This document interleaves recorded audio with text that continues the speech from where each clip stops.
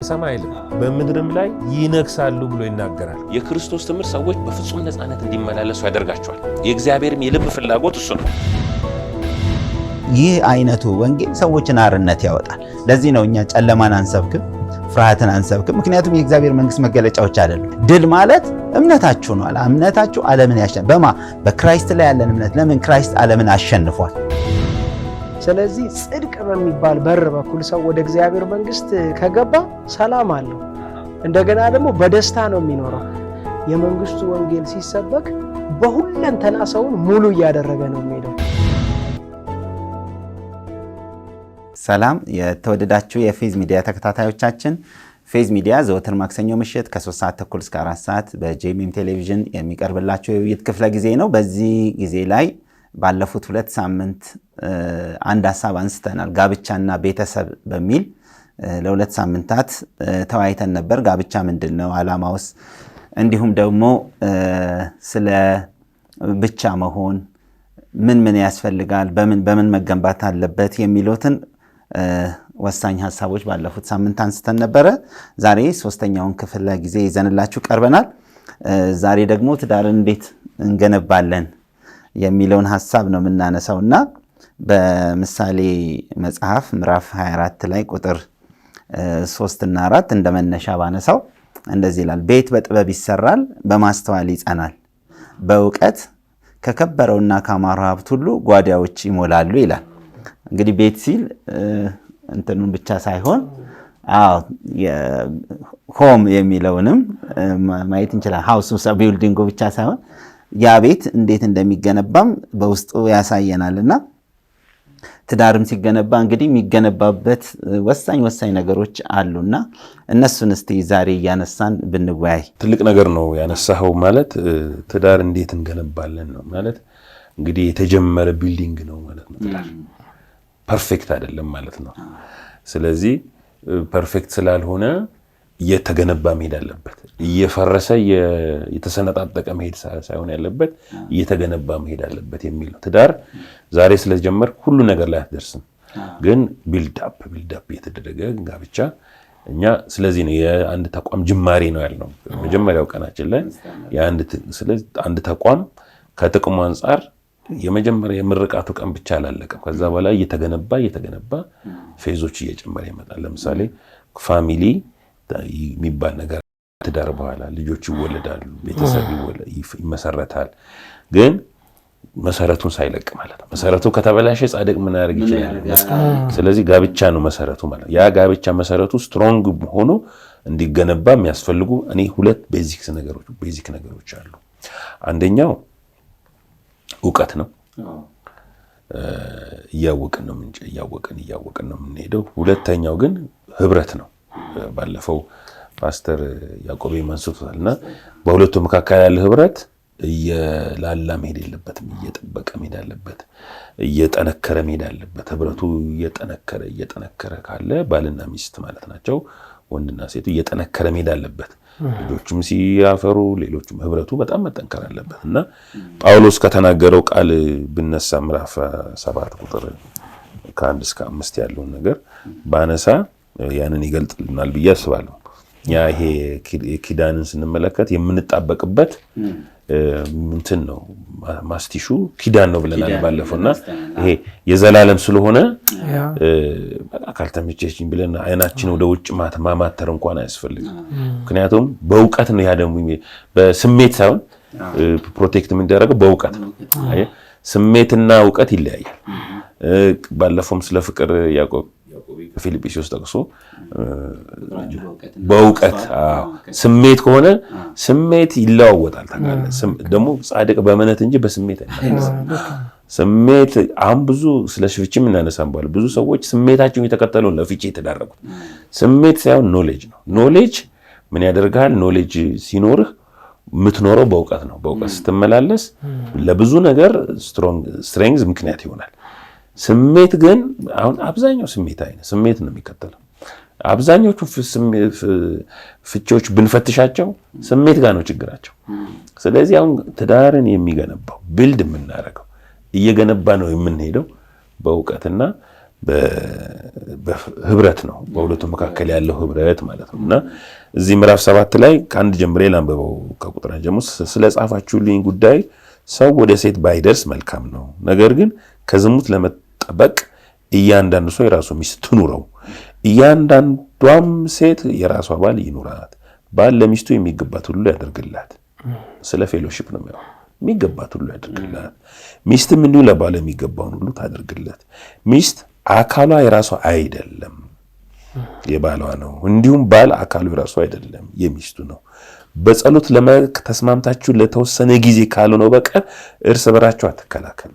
ስለ ፌሎሺፕ የሚያወራ ሻይ መጠጣት ብቻ አይደለም። ዲፕ እንግዲህ ሴክሹዋሊ ያላቸው ግንኙነትን ራሳችሁን ባለመግዛት ሰይጣን እንዳይፈትናችሁ እንደገና አብራችሁ ሁኑ። ይሄ አብራችሁ ሁኑ የሚለው ሰፊ ነው። አብራችሁ ሁኑ። ስለዚህ ትዳር የሚገነባው በዛ ነው።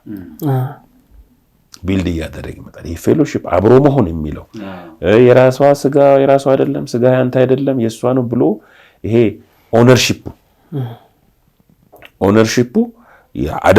አደራው ማለት ነው። እንግዲህ ኦነርሺፕ አይደለም አደራ ነው። አደራው በደንብ እንደሚገባ መቀጠል አለብን የሚለውን ለማንሳት። ሁለተኛው ግን ኤፌሶን ምዕራፍ 5 ባለፈው ማጠቅሻለሁ ባል ሚስቱን ይውደዳት ይላል አይደለ? ከወደዳት ምንድነው የሚያደርገው? ወድሻለሁ እያለ አረንጓዴ አበባ ቀይ አበባ እየሰጠ ብቻ አያታልላትም። ከወደዳት ግን ይንከባከባታል፣ ስፒሪቹዋሊም ይንከባከባታል። የእግዚአብሔርን ቃል እያነጸ በቃ ማለት የሚያስፈልጋትን እያደረገ ግን ስፒሪቹዋሊም ይንከባከባታል። ፐርፌክት አይደለችም። ስለዚህ በመካከላቸው ምስክር የሆነው እግዚአብሔር ነው፣ የእግዚአብሔር ቃል ነው። እሱ መጥፋት የለበትም። የእግዚአብሔር ቃል እግዚአብሔር በምንም አይተካም። መካከላቸው ሁልጊዜ ምስክር ነው። ምስክሩ ሁልጊዜ ምስክር ሆኖ መታየት አለበት፣ መጉላት አለበት፣ መታየት አለበት። ስለዚህ ያ በጣም ወሳኝ ነው።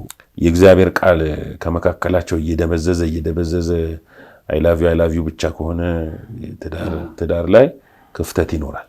የእግዚአብሔር ቃል መኖር አለበት። ምስክሩ እሱ ነውና በተለይ ምሳሌ ምዕራፍ 2 ቁጥር 1 እስከ 7 ላይ የሚያመጣቸው የእግዚአብሔር ቃል ስፍራውን ሲይዝ በጋብቻ መካከል ቦታውን ሲመላለስ ወክ ሲያደርግ የእግዚአብሔር ቃል በመካከላቸው የሚሆኑ ነገሮችን እዚህ ጋር ነገር ልጄ ሆይ ቃሌን ብትቀበል ትእዛዜን በልብ ብታኖር ጆሮህን ወደ ጥበብ ብታቀና ልብህንም ወደ ማስተዋል ብትመለስ እንዲሁም የመለየት ጥበብን ብትማጠን ድምፅህን ከፍ አድርገ ማስተዋልን ብትጠራ እርሷንም እንደ ብር ብትፈልጋት እንደተሸሸገ ሀብት አጥብቀህ ብትሻት በዚያን ጊዜ ፈሪሃ እግዚአብሔርን ትረዳለህ፣ አምላክን ማወቅ ታገኛለህ።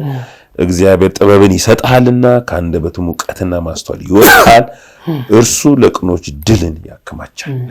ይሄ ምሳሌ ላይ ምዕራፍ 1 2 3 ላይ ስለ እግዚአብሔር ቃል ቫልዩና ከእግዚአብሔር ቃል የተነሳ በመካከላችን ስለሚፈጠሩ ጥበብ፣ ማስተዋል፣ ዕውቀት ይነግረናል። እና ዕውቀትን ከሌላ ቦታ አንሸምትም። ሪደር ዳይጀስት እያለን ስለ ሳይኮሎጂስት የጻፉትን መጽሐፍ እያነበብን አንኖርም። ባይዘው ቢልዳፕ መሆን አለበት በእውቀትና የእግዚአብሔር ቃል መካከላችን መመላለስ አለበት። ይሄን ለመጨመር ነው። እና አፖስትል አሁን አንተ እንዳነሳ አብሮ በመሆን ውስጥ ማወቅ የሚገባ ነገር አለ። ዕውቀትን አንስተሃል፣ ህብረትን አንስተሃል እና ህብረቱ ደግሞ በዕውቀት የተገነባ መሆን እንዳለበት ያሳያል። እና አንደኛ ጴጥሮስ ምዕራፍ 3 ቁጥር 7 ላይ ባነሳው ደስ ይለኛል። እንዲሁም እናንተ ባሎች ሆይ ደካማ ፍጥረት ስለሆኑ ከሚስቶቻችሁ ጋር በማስተዋል አብራችሁ ኑሩ ይላል። በማስተዋል አብራችሁ ኑሩ። አብሮ መኖር አለ። አብሮ መኖር ግን ማስተዋል ይፈልጋል እና ትዳር የሚገነባው ደግሞ ማስተዋል፣ ዕውቀት፣ እነዚህ ዊዝደም ይፈልጋል። ቤት በጥበብ ስለሚሰራ መገንባት ግድ ይለዋል እና ያልተገነባ ደግሞ በተቃራኒ ይፈርሳል እና እንመጣበታለን። ጋብቻ የሚፈርስበት መፋታት የሚለውንም በዚህ በጣም ብናነሳው ደስ ይለኛል። አሁን አንዳንድ ጊዜ አይተው እንደሆነ ሰው መኖሪያውን አያስብም። መውደድ፣ መጋባት፣ ቅድም እንዳልከው አበባ መስጠት፣ ፍቅር ያስባል። ግን ያንን ጠብቆ መኖር ደግሞ አብሮ መኖር የሚለውን መንፈስ ካላወቅ ነው አብረን መቀጠል አንችልም። ጊዜው መዝለቅ አይችልም። እንደውም አንዳንዴ ምሳሌ ቸርች ላይ እሰጣለሁ። ይህንን ዶሮ አሳ ቢወድ ማለት ነው ዓይንሽ ያምራል ምናምን ብሎ በጣም አሳዋ ጋር ፍቅር ቢይዘውና ቢወዳት ጉዳዩ መውደዱ መጥፎ አይደለም፣ ግን የት ይኖራሉ?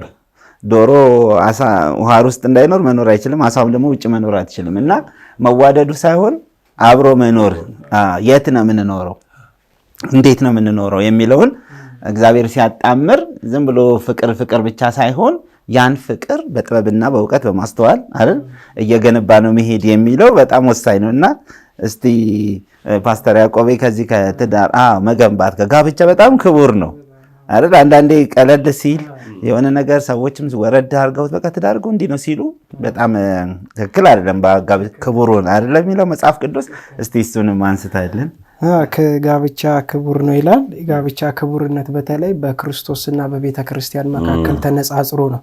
አሁን ቤተ ክርስቲያን ክቡር በሆነው በክርስቶስ ደም ተዋጅታለች ይላል እና አንዳንድ ጊዜ በጋብቻ አቅጣጫ ብዙ ኤክስትሪሚቲዎች አሉ። አፖስትል ፍፄ እንዳነሳው በቃ በድግስ አቅጣጫ በጣም ቢዚ ሆነው ሜሬጅን ኢንጆይ ማድረግ እስከሚያቅታቸው ድረስ በሴሪሞኒው በጣም ልባቸው እንትን የሚል አለ። ሌላው ደግሞ በአንዳንድ ጊዜ ከሰዎች ጋር ዝም ብዬ እሷም ካለችበት መታ በጉባኤ ውስጥ ተቀምጠው ከዛ ዛሬ እንትና ጋብቻችሁን ፈጽመው እንዲባልም የሚፈልጉ ሰዎች አሉና ቃል ኪዳኑ ሪስፔክት መደረግ አለበት። አሁን በመጽሐፍ ቅዱስ ውስጥ ኪዳን የሚባለው ነገር ትልቅ ቦታ ተሰጥቶታል። ሌላው ደግሞ በቤተ ክርስቲያን ባርኮት ስር መፈጸማቸው ደግሞ ይሄ አንዱ በጣም አስፈላጊ ነገር ነው። ሌላው ቤተ ክርስቲያን ክርስቶስ ቤተ ክርስቲያንን መጥቶ እንደሚወስዳት ይላል። አሁን ዝም ብሎ ሙሽራው ፒፕ እያረገ ሄዶ ከቤቷ ሲወስድ ራሱን የቻለ ቢብሊካል የሆነ እንትን አለው የሚፈጥረው ኢሜጅ አለ። የክቡርነቱ ነው። ሙሽራ ተኳኩላ አምራ ምን ብላ ተዘጋጅታ ስትጠብቀው ያ የሚያሳየው ነገር አለ እና ኢቭን ለክርስቶስ እንዴት ራሳችንን አዘጋጅተን መኖር እንዳለብን ይናገራልና ክቡርነቱን ሰዎች ሚስ ማድረግ የለባቸውም። እንደው ዝም ብሎ ሁለት ሰዎች የሆነ ቤት ውስጥ እንደሚኖሩ ሳይሆን ቢብሊካል የሆነውን ኢሜጅ ሚስ ማድረግ አያስፈልግም። ያን በጠበቀ መልኩ ነው። አንዳንድ ጊዜ መጽሐፍ ቅዱሳዊ ስርዓት በካልቸር ውስጥ ሰርጾ እናየዋለን እና ያ ነገር ኪፕ መደረግ አለበት። ሌላው ጋብቻን እንዴት እንገንባው ለሚለው ቅድም ፓስተር ቴዲ ያነሳው አለ። አሁን መዝሙር 127 ላይ እግዚአብሔር ቤትን ካልሰራ ቤተሰሪዎች በከንቱ ይደክማሉ ይላል። ከዛ ደግሞ ቤት በጥበብ ይሰራል ይላል። አሁን ቤት እያለ የሰውን ህይወት ነው እና የሰውን ህይወት ያነጻጸረ ነው ከዛ ጋር የሚያስቀምጠው። የጋብቻ ዲዛይን መስራቹ ራሱ እግዚአብሔር ከሆነ እንዴት በጋብቻ ውስጥ መኖር እንዳለብን መርህን የሚሰጠን እግዚአብሔር ነው። ማንኛውም ነገር በእግዚአብሔር እውነት ላይ ነው የሚመሰረተው። ለዚህ ነው ኢየሱስ ሉቃስ 6 ላይ ሲያስተምር ስለ ቤት አነሳ እና ቤትን ለመስራት ይላል ወደ እኔ የሚመጣ ቃሌን ሰምቶ የሚፈጽም ሁሉ ማን እንደሚመስል ላሳያችሁ ብሎ ቤትን ለመስራት አጥልቆ የቆፈረ በአለት ላይ መሰረቱን የመሰረተ ሰውን ይመስላል አለ። አጥልቆ መቆፈር ስለ አንደርስታንዲንግ ዲፕ ስለሆነ ወይም ጥልቅ ስለሆነ መረዳት ስለዛ ነው የሚናገረው። ስለዚህ ጋብቻ ጥልቅ በሆነ መጽሐፍ ቅዱሳዊ መረዳት ላይ ነው የሚመሰረተው። እንደው ሁሉን ነገር አውቀን ስንጨርስ ልንል አንችልም። ለምን ኖሌጅ ፕሮግሬሲቭ ነው። ከገባንም በኋላ በጋብቻ አቅጣጫ የምንሰራው የምንታነጻው አሁን መከራው አይደለም የሚሰራን። አንዳንድ ሰዎች የግጭቱ ምኑ ሰውን እሷ አንደርስታንዲንጉ ነው ሰውን የሚለውጠው። ስለዚህ በሜሬጅ ውስጥም ሁልጊዜ ራሳችንን በእግዚአብሔር ቃል ለማነጽ ራሳችንን በእግዚአብሔር ቃል ለመስራት ሬዲ ማድረግ አለብን። ስለዚህ አጥልቆ የቆፈረ በአለት ላይ መሰረቱን የመሰረተ መቆፈር ያስፈልገው ለምንድነው? ለህንጻው አስፈላጊ የሆነ መሰረት የሚጣልበት ግራውንድ እስከሚያገኝ ድረስ ነው እና ያለ አንደርስታንዲንግ ያለ መረዳት ትዳር አይመሰረትም። ከዛ ምን ይላል? በዛ አለት ላይ ከተመሰረተ በኋላ ጎርፍ በመጣ ጊዜ የውሃው ሙላት ያን ቤት ገፋው፣ በሚገባ ስለታነጸ ሊነቀንቀው አልቻለም ይላል። አሁንም ለምንድን ነው የሰዎች ሜሬጅ ሼክ የሚያደርገው? መሰረቱን ማወቅ ያስፈልጋል። ብዙ ነገር ችግር ያለው ከመሰረቱ ነው።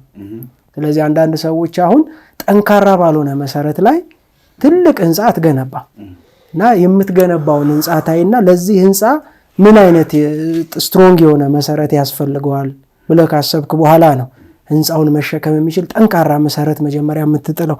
የኮንስትራክሽን ባለሙያዎችን ብዙ ይጠይቃሉ ከዚህ ቃል ጋር በተያያዘ መሰረት ብዙ ጊዜ ብር ይበላል። ሌላው እንደ ህንጻ ቶሎ ምንድግ ብሎ አይታይም። ስቲል እንደ ምንድነው ስራ እየተሰራ አይደለም እንደ ይባላል። መሰረት ለመጣል ግን ቀንና ሌት ይደከማል፣ ይሰራል። ስለ ሲንግልም ስናነሳ ባለፈው አውርተናል። በዚህ ነገር አቅጣጫ አንደኛ ለጢሞቴዎስ ራስን በንጽህና ጠብቅ ይለዋል። በዚህ ነገር አቅጣጫ ደግሞ እንዴት ራሱን እያዘጋጀ መኖር እንዳለበት ያስተምሯል። የመጀመሪያው መሰረቱ የእግዚአብሔር ቃል ነው ካልን የእግዚአብሔር ቃል ትዳርን በፍቅር ላይ ነው የሚመሰርተው፣ ክርስቶስ ቤተክርስቲያንን እንደወደዳት ነው። ስለዚህ ፍቅር ስንል መጽሐፍ ቅዱሳዊን ፍቅር ነው። አሁን ፍቅር ስንል ሰዎች የተለያየ አይነት ያነሳሉ። ክርስቶስ ቤተክርስቲያንን በወደደበት በዛ ፍቅር ላይ ነው ትዳር የሚመሰረተው። አንዳንዴ መስፈርት ያነሳሉ ሰዎች። ስለ ጋብቻ ምን ታስባለህ፣ ለምን አታገባም ብለህ ስትጠይቀው በእሱ አቅጣጫ የሚደረደረው መስፈርት አለ። እሱ ሩቡም የለውም። አሁን የምሳሌ 31ን ይደረድራል። እንደዛ አይነት ሴት ሲጀመርም አያገኝም። አብሮ በመሰራት የሚደረስበት ግብ ሊሆን ይችላል እንጂ እንደዛ አይነት ሰው እየፈለገ እኔ እንጃ። እንግዲህ እንደዛ ግን ሰልፊሽነት ሰዎች ላይ ይታያል። በዛ ነገር አቅጣጫ ራስም ሆነ የምትገኘው ነው ከሰው የምትጠብቀው ብቻ ሳይሆን ራስ እሷ ማለት ሳይሆን ያለባት ስለ ራሱ ይሄንን ነገር። ሌላው በዚህ ኤሪያ እንኳን ጉድለት ካለ ኤፌሶን 5 ላይ ክርስቶስ ለቤተ ክርስቲያን ያለውን ፍቅር የገለጠበትን መንገድ ይናገራል። ከውሃ መታጠብ ጋራ በቃሉ አንጽቶ ይላል። እንደቀደሳት ለምን እድፈት ወይም የፊት መጨማደድ የሌለባትን ክብርት የሆነችን ቤተክርስቲያን ለራሱ ላይ ያቀርብ ተጋ ይላል። በተለይ በጋብቻ አቅጣጫ ወንዶች ሚስቶቻቸውን የእግዚአብሔርን ቃል ለመመገብ ሪስፖንሲብል መሆን አለባቸው። እዛ ጋር እንዲመጣ ለሚፈለገው ኢሜጅ እዚህ ጋር በእግዚአብሔር ቃል መስራት፣ ሚስቶችን በእግዚአብሔር ቃል መገንባት ያስፈልጋል። በሪሌሽንሺፕም ዙሪያ ደግሞ የእግዚአብሔር ቃል ማዕከል መሆን አለበት። በሪሌሽንሺፕ ዙሪያ ሰዎች ሴሪሞኒውን ነገር አሁን የበጋ እንትኑን ስለ ጋብቻ ይጨነቃሉ፣ ስለ ሴሪሞኒው። ሁለተኛ ደግሞ አብረው ስለሚያሳልፉት ላይፍ የመዝናናቱ አብሮ ወዲያውዲ ማለቱ ያንን ነው ትኩረት የሚያደርጉት። ግን ስለሚገቡበት ህይወት ቁጭ ብለው መጽሐፍ ቅዱሳዊውን መሰረት አብረው መጣል መገንባት አለባቸው። አንደኛ ዮሐንስ ምዕራፍ 4 ቁጥር 10 ላይ እንደዚህ ይላል፣ ፍቅርን እንደ እግዚአብሔር ቃል ሲተነትነው ፍቅር ይህ ነው ይላል፣ እኛ እግዚአብሔርን እንደወደድ ነው ሳይሆን እርሱ እንደወደደን ስለ ኃጢአታችን ማስተሰሪያ ይሆን ዘንድ ልጁን መላኩ ነው ይላል። ፍቅር እንዲህ ነው ብሎ እርሱ እኛን እንደወደደን ነው። የራስን ኃላፊነት ነው የሚያነሳው። ስለዚህ ፍቅር ካልን ስለመወደድ ሳይሆን ስለመውደድ ነው ማሰብ ያለብን። በዚህ ኤሪያ ነው ራሳችንን በትክክል ቢውልድ ማድረግ ያለብን እና ላቭ ሰልፊሽ አይደለም። ከሰንበዲ ስለሚያገኘው ነገር አያስብም። ከሰንበዲ ጀርባውን ብዙ ጊዜ ሚስትን ያገኘ በረከትን ያገኘ ይላል ባይብል እና እሷ ራሷ ነች በረከት። ሚስት የምትባለዋ ፐርሰን ምንም ነገር ከጀርባዋ ሳይኖር ራሷ ነች በረከት። እዚህ አይነት ነው መውደድ፣ ማፍቀር፣ መንከባከብ፣ ራስን መስጠት። ይሄ ትክክለኛ የፍቅርን መረዳት እንደሆነ መጽሐፍ ይነግረናል ለማለት ነው። ይሄንን ፍቅር ያስፈልጋል ካልን መፋታት እና ወይም ደግሞ ይሄ መገንባቱ እንዳለ ደግሞ መፋታት ወይም ደግሞ መፍረስ የምንለው ነገር ደግሞ ዞሮ ዞሮ እነዚህ ግንባታዎቹ ጋር ያሉትን ነገሮች ስናጣቸው ነው። ለግንባታው የሚሆኑ ነገር ካጣ ነው ራሱ በራሱ እንትን ማለት ይጀምራል፣ መሸርሸር ይጀምራል። ከዛ በኋላ አንድ ቀን የሆነ ሰው ያው ያን ነገር ያመጣዋል። በቃ እኔ መለያየት ነው ፈልገው ምናምን የሚል ደረጃ ይደርሳል እና እዛ የደረሰው ግን እዚህ ጋር ምንጩ ጋር ነው የምንሄደው። ልክ እንደ ሕክምና ባለሙያዎች ልክ አንድ ህመም በሽታ ሲያገኙ ምንድነው ይሄንን ያመጣው ምክንያት ብለው ወደ ምክንያቱ መሄድ ስላለብን እና እስቲ ይሄ መፋታት የሚለው እንዲህ ከመጽሐፍ ቅዱስ ምን ይላል የሚለውን እስቲ አፖስተል። ያው እንግዲህ ትዳር ካልተገነባ ለፍቺ ምክንያትን ይፈጥራል። ለፍቺ ምክንያት ግን እኛ መጀመሪያ ውይይታችን ላይ ታስታውሱ እንደሆነ ይሄ ኪዳን የዘላለም ኪዳን ነው፣ ኮንዲሽናል አይደለም። እንደዚህ ካልሆነች እፈታታለሁ ብለህ ልትል የማትችልበት ከኪዳን ለኪዳን ያለን ቫልዩ ከፍተኛ ማለት ነው። አንዴ ከገባ በኋላ የገባህበትን አንተ ምክንያት ሆነ መፍታት የለብህ። እግዚአብሔር ኪዳኔን አላረክስም ከከንፈር የወጣው ቃል አልለውጥም እንዳለ የኪዳንን ቫልዩ በዚህ መልክ ማየት አለብን። እግዚአብሔር እነሱ ናቸው በኪዳን ያልጸኑት፣ እኔ አይደለሁም ማለት እግዚአብሔር። የተበደለው ግን ማን ነው? እግዚአብሔር ነው። እግዚአብሔር ህዝቡን በድሎ ያውቃል። በዳዩ ህዝቡ ሆኖ እኔ ግን ኪዳኔን አላረክስም ማለት። አሁን ብዙ ተበድያለሁ በሚል ነው ምክንያት ፍቺ የሚመጣው። በመሰረቱ ትዳር መገንባት ያለበት ትዳር የእውቀትና ህብረት የሚደረገው ትዳር እንዲገነባና እንዳይፈርስ ነው አይደለ? ይሰነጠቃል ይፈርሳል ነው። መፍረስና መሰንጠቅ የትዳር ላይሰንስ ስላለው አይደለም። ግን ምክንያቶች ግን ሊኖሩ ይችላሉ። ጳውሎስ ምዕራፍ 7 ላይ አሁንም ወደ አንደኛ ቆሮንቶስ ምዕራፍ 7 ስንሄድ ላላገቡት ይህን ትእዛዝ ሰጣለሁ፣ ይህን ትእዛዝ የጌታ እንጂ እኔ አይደለም፣ ሚስት ከባሏ አትለይ፣ ብትለይ ግን ሳታገባት ነው። አሁን ስለ ፍቻ ለሚያወራ ሴፓሬሽን የምንለው ነው አይደለ? ሳታገባት ትኖር፣ አለዚያ ከባሏ ጋር ትታረቅ፣ ባልም ሚስቱን አይፍታ ይላል። ሴፓሬሽን የሚባል ነገር አለ። ፍቺ ማለት ግን በቃ ተመልሶ የማይገመድ አይነት ነገር ፍቺን ነው እግዚአብሔር የሚጠላው። በሌላ ነገር ኪዳንን ማርከስ ነው፣ ኪዳንን ማፍረስ። ፍቺ ማለት ኪዳንን ማፍረስ ነው። ዴሊብሬትሊ ምስክሩን ማስወገድ ማለት ነው። በቃ ስላልቻልኩ ምስክር ስለሚል ምስክሩን ማስወገድ ማለት ነው ፍቺ ማለት። አሁን በዚህ ጊዜ በጣም ብዙ ፍቺዎች በዝተዋል። እውነት ለመናገር ለምንድን ነው? ሰው ሰልፊሽ ስለሆነ ነው፣ ወይም ደግሞ ለኪዳን የሚሰጠው ቫልዩ በጣም አናሳ ስለሆነ ነው። አሁን ለምንድን ነው? ኮምፎርቱን ስለሚጠብቅ ነው። ሰው ኮምፎርቱን ስለሚፈልግ ነው። ግን ከኮምፎርት በላይ ነው ትዳር ኢንስቲትዩሽን የመገንባት ሪስፖንሲቢሊቲ ወስዳለሁ ብለህ በህዝብ ፊት ቃል የገባው ነገር ነው።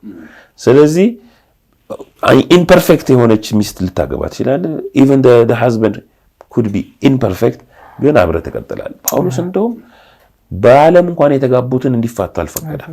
የሚገርመው ነገር እዚሁ ምዕራፍ 7 ላይ የማያምን ባል ያላት የማታምን ሚስት ያለችው በምንም ምክንያት አይፍታታል።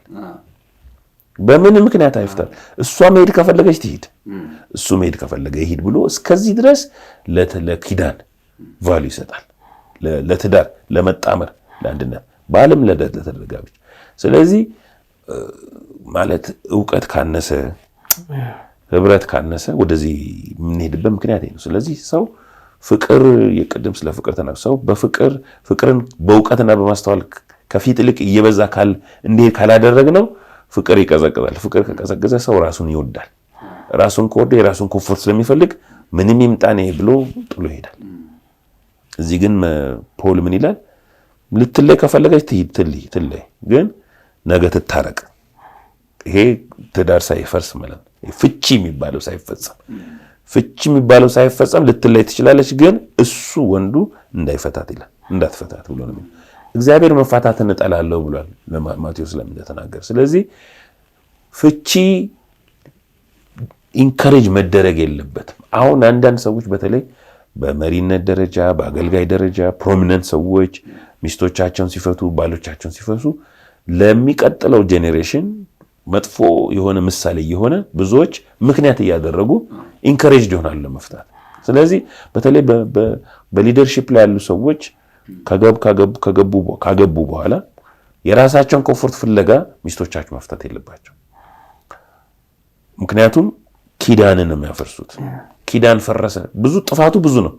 እዛ ኪዳን ታፈርሳለህ፣ ከዛ ለሌላው ደግሞ የማይሆን ምሳሌ የሆነ ትኖራለህ። ስለዚህ እኛ ትዳር መንገባት አለበት፣ ኮንቲኒስሊ መገንባት አለበት። ፍቺ የሚባለው ነገር እንዳይፈጸም መገንባት በሚገባ ትኩረት ማግኘት አለበት ትዳር ውስጥ የሚለው ነገር ለመናገር ነው። ማቴዎስ 19 ላይ ከቁጥር 3 ጀምሮ ባነባው ፈሪሳውያንም ወደ እርሱ ቀረቡና ሲፈትኑት ሰው በሆነው ምክንያት ሁሉ ሚስቱን ሊፈታ ተፈቅዶለታልን አሉት። በሆነው ምክንያት። እርሱ ግን መልሶ እንዲህ አለ፣ ፈጣሪ በመጀመሪያ ወንድና ሴት አደረጋቸው ዓለም። ስለዚህ ሰው አባትና እናቱን ይተዋል፣ ከሚስቱም ጋር ይተባበራል፣ ሁለቱም አንድ ሥጋ ይሆናሉ የሚለውን ቃል አላነበባችሁምን? ስለዚህ አንድ ሥጋ ናቸው እንጂ ወደፊት ሁለት አይደሉም።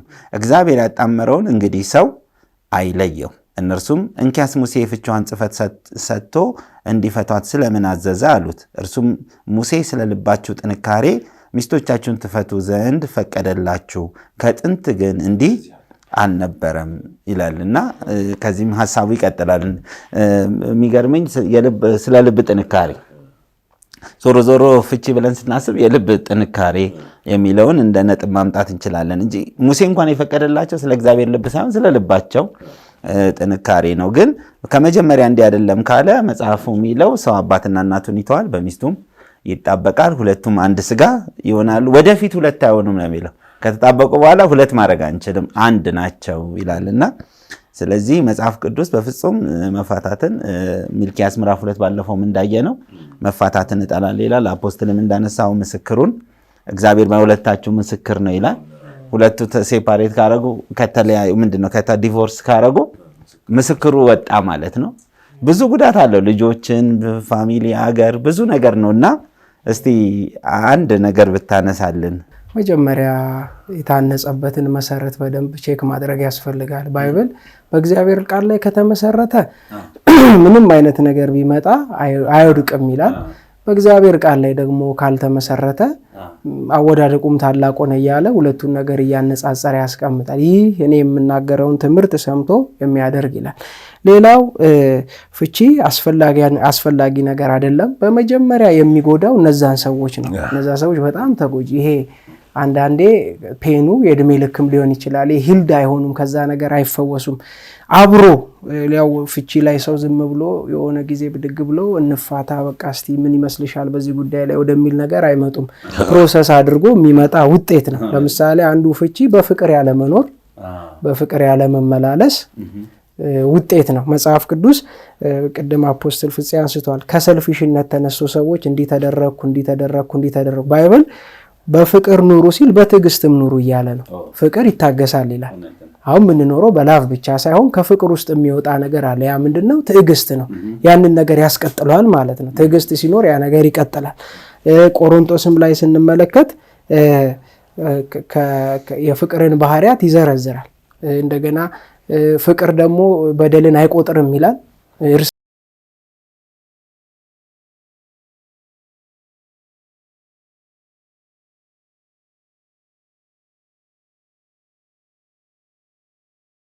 አንበባ አለበት ፕራይ ማድረግ አለበት መጸለይ አለበት ሌላው በጤናማ ቤተክርስቲያን ውስጥ መታቀፍ መቻል አለበት አንዳንድ ጊዜ በዚህ ነገር ኤሪያ ምናልባት መጋቢዎች ሊሆኑ ይችላሉ ምናልባት በዛ የሚያገለግሉ ሊሆኑ ይችላሉ ወይ ቸርቿን የመሰረቱት ሰዎች ሊሆኑ ይችላል የላላ አቋም አላቸው ያን የላላውን አቋም ህዝብ አክሰፕት አድርጎ ተቀብሎ ይዞ የመሄድ ነገር ይታያል እና ለገባንበት ኪዳን ላለንበት ትዳር እንዴት ታማኞች ሆነን ኪዳናችንን እስከ መጨረሻ ድረስ ጠብቀን መሄድ እንዳለብን የእግዚአብሔር ቃል ያስተምራል ምናልባት በትዳር መካከል እንደው አለመግባባት ቢኖር አሁን ህብረት ለምንድን ያስፈልገው ካልን